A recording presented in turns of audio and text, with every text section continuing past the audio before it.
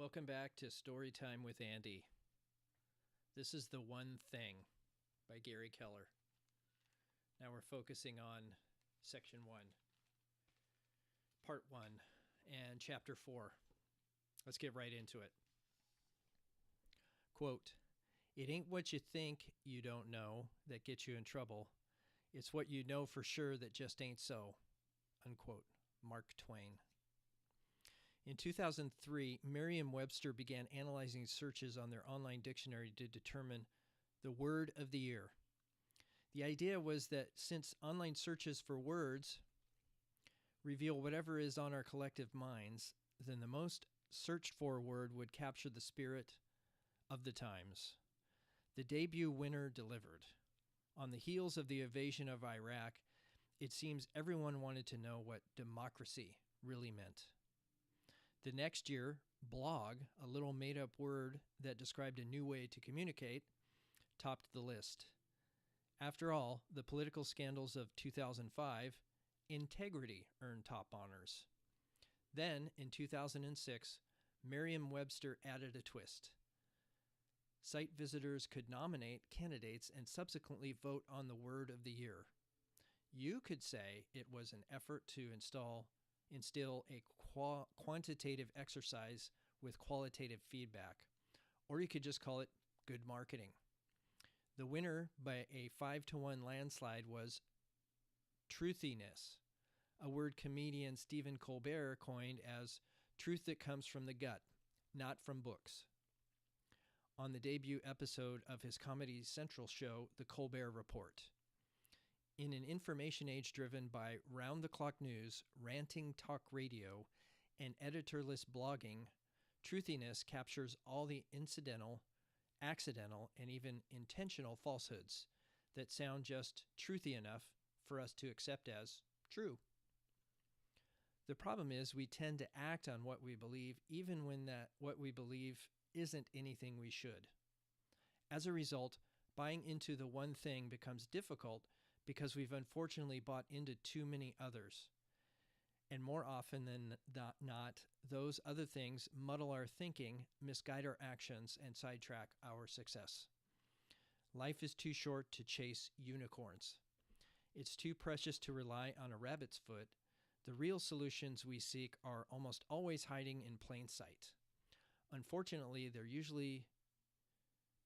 usually been obscured by an unbelievable amount of bunk, an astounding flood of common sense that turns out to be nonsense. Ever hear your boss evoke the frog in boiling water metaphor? Toss a frog into a pot of boiling hot water and he'll jump right back out. But if you place a frog in lukewarm water and slowly raise the temperature, it will boil to death. It's a lie, a very truthy lie, but a lie nonetheless. Anyone ever tell you fish stink from the head down? Not true. Just a fishtail that actually turns out to be fishy.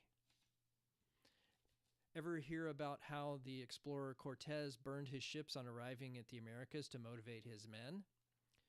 Not true. Another lie. Bet on the jockey, not the horse, has long been a rallying cry for placing your faith in a company's leadership.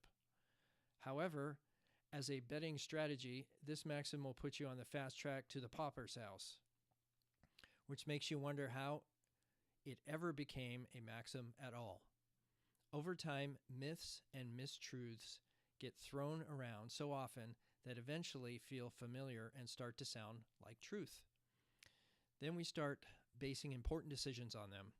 The challenge we all face when forming our success strategies is that just like tales of frogs, fish, explorers, and jockeys, success has its own lies too. I have just too much that has to be done. I'll get more done by doing things at the same time. I need to be a more disciplined person. I should be able to do what I want whenever I want. I need more balance in my life. Maybe I shouldn't dream so big. Repeat these thoughts often enough, and they become the 6 lies about success that keep us from living the one thing. The 6 lies between you and success. Number 1, everything matters equally. Number 2, multitasking. Number 3, a disciplined life. Number 4, willpower is always on will call. Number 5, a balanced life. Number 6, big is bad. The 6 lies are beliefs that get into our heads and become operational principles, driving us the wrong way. Highways that end as bunny trails. Fool's gold that diverts us from the mother lode. If we're going to maximize our potential, we're going to have to make sure we put these lies to bed. That's the introduction to section 1. Now on to chapter 4. Everything matters equally. Quote, things which matter most must never be at the mercy of things which matter least. Unquote. Johann Wolfgang von Goethe. I'm not good at the German, if you know what I mean. But we mentioned that one earlier. Chapter 4, here we go. Equality is a worthy ideal pursued in the name of justice and human rights. In the real world of results, however, things are never equal. No matter how teachers grade, 2 students are not equal. No matter how fair officials try to be, contests are not equal. No matter how talented people are, no 2 are ever equal.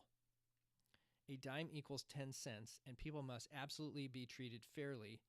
But in the world of achievement, everything doesn't matter equally.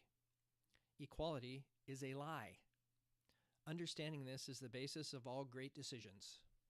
So, how do you decide? When you have a lot to get done in the day, how do you decide what to do first? As kids, we mostly did things we needed to do when it was time to do them. It's breakfast time. It's time to go to school. Time to do homework. Time to do chores. Bath time. Bedtime. Then, as we got older, we were given a measure of discretion. You can go out and play as long as you get your homework done before dinner. Later, as we became adults, everything became discretionary. It all became about our choice. And when our lives are defined by our choices, the all-important question becomes, how do we make good ones? Complicating matters, the older we get, it seems there is more and more piled on that we believe simply must get done. Overbooked, overextended, and overcommitted. In the weeds overwhelmingly becomes our collective condition. That's when the battle for the right of way gets fierce and frantic. Lacking a clear formula for making decisions, we get reactive and fall back on familiar, comfortable ways to decide what to do. As a result, we haphazardly select approaches that undermine our success, pinballing through our day like a confused character in a B-horror movie. We end up running up the stairs instead of out the front door. The best decision gets traded for any decision, and what should be progress simply becomes a trap. When everything feels urgent and important, everything seems equal. We become active and busy, but this doesn't actually move us any closer to success. Activity is often unrelated to productivity, and busyness rarely takes care of business. Quote, the things which are most important don't always scream the loudest. Unquote. Bob Hawke. As Henry David Thoreau said, it's not enough to be busy, so are the ants. The question is, what are we busy about? Knocking out 100 tasks for whatever the reason is a poor substitute for doing even one task that's meaningful. Not everything matters equally, and success isn't a game won by whoever does the most. Yet that is exactly how most play it on a daily basis. Much ado about nothing.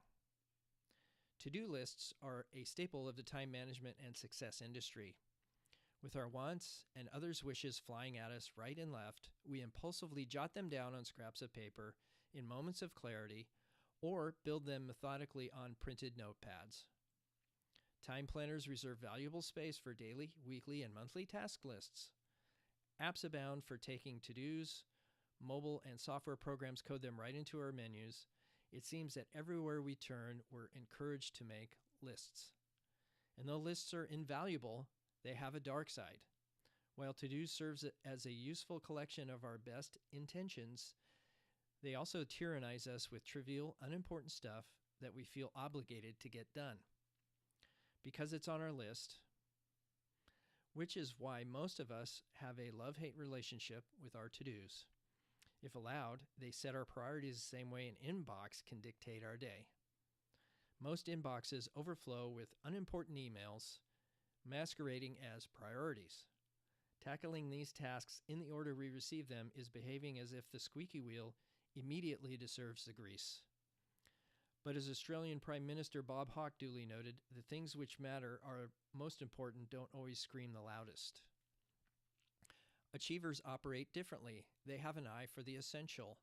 They pause just long enough to decide what matters, and then allow what matters to drive their day.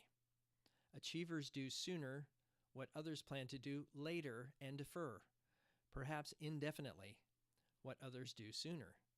The difference isn't in intent, but in right of way. Achievers always work from a clear sense of priority. Left in its raw state as a simple inventory, a to-do list can easily lead you astray. A to-do list is simply the things you think you need to do. The first thing on your list is just the first thing you thought of to do. To-do lists inherently lack the intent of success. In fact, most to-do lists are actually just survival lists, getting you through your day and your life, but not making each day a stepping stone for the next so that you sequentially build a successful life.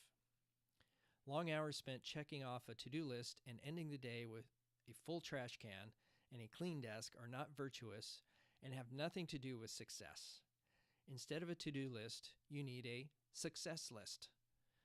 A list that is purposefully created around extraordinary results. To-do lists tend to be long. Success lists are short. One pulls you in all direction. The other aims you in a specific direction. One is a disorganized directory, and the other is an organized directive. If a list isn't built around success, then that's not where it takes you. If your to-do list contains everything, then it's probably taking you everywhere but where you really want to go. So how does a successful person turn a to-do list into a success list? With so many things you could do, how do you decide what matters most at any given moment in any given day? Just follow Geron's lead. Geron, all right. Geron cracks the code. In the late 30s, a group of managers at General Motors made an intriguing discovery that opened the door for an amazing breakthrough. One of their card readers, input devices for early computers, for those of us that are old enough to remember, started producing gibberish. While investigating the faulty machine, they stumbled on a way to encode secret messages. This was a big deal at the time since Germany's infamous Enigma coding machines first appeared in World War I. Both code making and code breaking were the stuff of high national security and even higher public curiosity. The GM managers quickly became convinced that their accidental cipher was unbreakable. One man, a visiting Western Electric consultant, disagreed. He took up the code-breaking challenge, worked into the night, and cracked the code by 3 o'clock the following morning. His name was Joseph M. Juran. Juran later cited this incident as the starting point for cracking an even bigger code and making one of his greatest contributions to science and business. As a result of his deciphering success, a GM executive invited him to review research on management compensation that followed a formula described by a little-known Italian economist, Vilfredo Pareto. In the 19th century, Pareto had written a mathematical model for income distribution in Italy that stated that 80% of the land was owned by 20% of the people. Wealth was not evenly distributed. In fact, according to Pareto, it was actually concentrated in a highly predictable way. A pioneer of quality control management, Juran noticed that a handful of flaws would usually produce a majority of the defects. This imbalance not only rang true to his experience, but he suspected it might even be a universal law. and that what Pareto had observed might be bigger than even Pareto imagined. While writing his seminal book, Quality Control Handbook, Juran wanted to give a short name to the concept of the vital few and trivial many. One of the many illustrations in his manuscript was labeled Pareto's Principle of Unequal Distribution. Where another might have called it Juran's Rule, he called it Pareto's Principle. Pareto's Principle, it turned out, is as real as the law of gravity, and yet most people fail to see the gravity of it. It's not just a theory. It is a provable, predictable certainty of nature, and one of the greatest productivity truths ever discovered. Richard Koch, in his book The 80-20 Principle, defined it about as well as anyone. Quote, "The 80-20 principle asserts that a minority of causes, inputs, or effort usually lead to a majority of the results, outputs, or rewards. In other words, in the world of success, things aren't equal. A small amount of causes creates most of the results. Just the right input creates most of the output. Selected effort creates almost all of the rewards." Pareto points us in a very clear direction. The majority of what you want will come from the minority of what you do. Extraordinary results are disproportionately created by fewer actions than most realize. Don't get hung up on the numbers. Pareto's truth is about inequality, and though often stated as the 80-20 ratio, it can actually take a variety of proportions. Depending on the circumstances, it can easily play out as, say, 90-20, where 90% of your success comes from 20% of your effort, or 70-10, or 65-5. But understand that those are all fundamentally working off the same principle. Juran's great insight was that not everything matters equally. Some things matter more than others, a lot more. A to-do list becomes a success list when you apply Pareto's principle to it. The 80-20 principle has one of the most important guiding success rules in my career. It describes the phenomenon which, like Juran, I've observed in my own life over and over again. A few ideas gave me the most of my results. Some clients were far more valuable than others. A small number of people created most of my business success, and a handful of investments put the most money in my pocket. Everywhere I turned, the concept of unequal distribution popped up. The more it showed up, the more I paid attention. And the more I paid attention, the more it showed up. Finally, I quit thinking it was a coincidence and began to apply it as the absolute principle of success that it is. Not only to my life, but also in working with everyone else. And the results were extraordinary. Extreme Pareto. Pareto proves everything I'm telling you, but here's a catch. He doesn't go far enough. I want you to go further. I want you to take Pareto's principle to an extreme. I want you to go small by identifying the 20%. Then I want you to go even smaller by finding the vital few and the vital few. The vital few of the vital few. The 80-20 rule is the first word, but not the last, about success. What Pareto started, you've got to finish. Success requires that you follow the 80-20 principle, but you don't have to stop there. Keep going. You can actually take 20% of the 20% of the 20% and continue until you get to the single most important thing. No matter the task, mission, or goal, big or small, start with as large a list as you want, but develop the mindset that you will whittle away from there to the critical few and not stop until you end with the essential one. The imperative one, the one thing. In 2001, I called a meeting of our key executive team. As fast as we were growing, we were still not acknowledged by the very top people in our industry. I challenged our group to brainstorm 100 ways to turn this situation around. It took us all day to come up with the list. The next morning, we narrowed the list down to 10 ideas, and from there we chose just one big idea.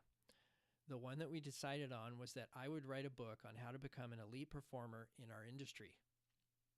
It worked. 8 years later, that one book had not only become a national bestseller, but also had morphed into a series of books with total sales of over 1 million copies.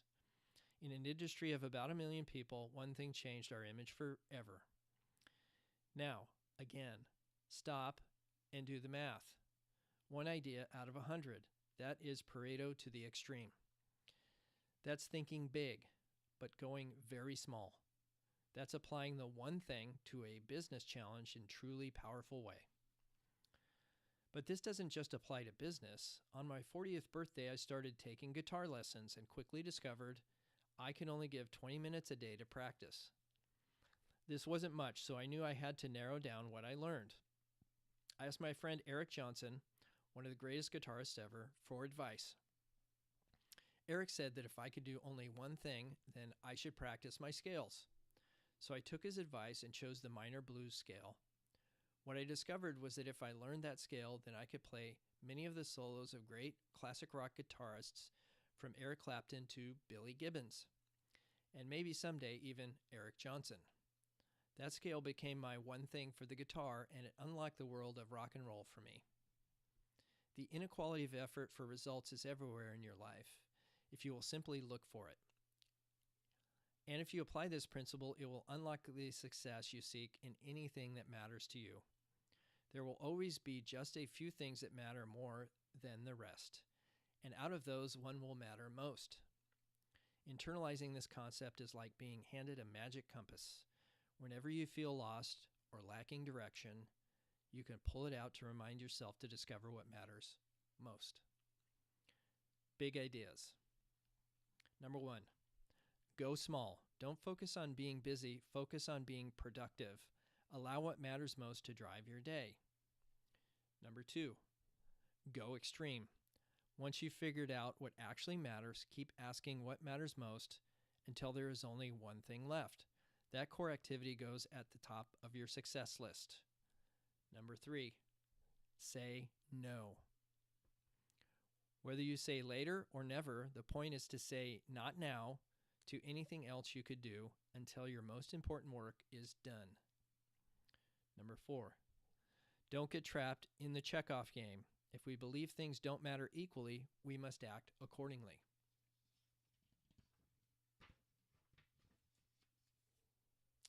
We can't fall prey to the notion that everything has to be done, that checking things off our list is what success is all about. We can't be trapped in a game of checkoff that never produces a winner. The truth is that things that don't matter equally and success is found in doing what matters most. Sometimes it's the first thing you do. Sometimes it's the only thing you do. Regardless, doing the most important thing is always the most important thing to do. So that's chapter 4. Thanks for joining me with Storytime with Andy. I do appreciate it. Like, subscribe, share. Leave your comments below on how you felt about that particular chapter, and let's get a dialogue started. Thanks so much, and we'll see you in chapter 5.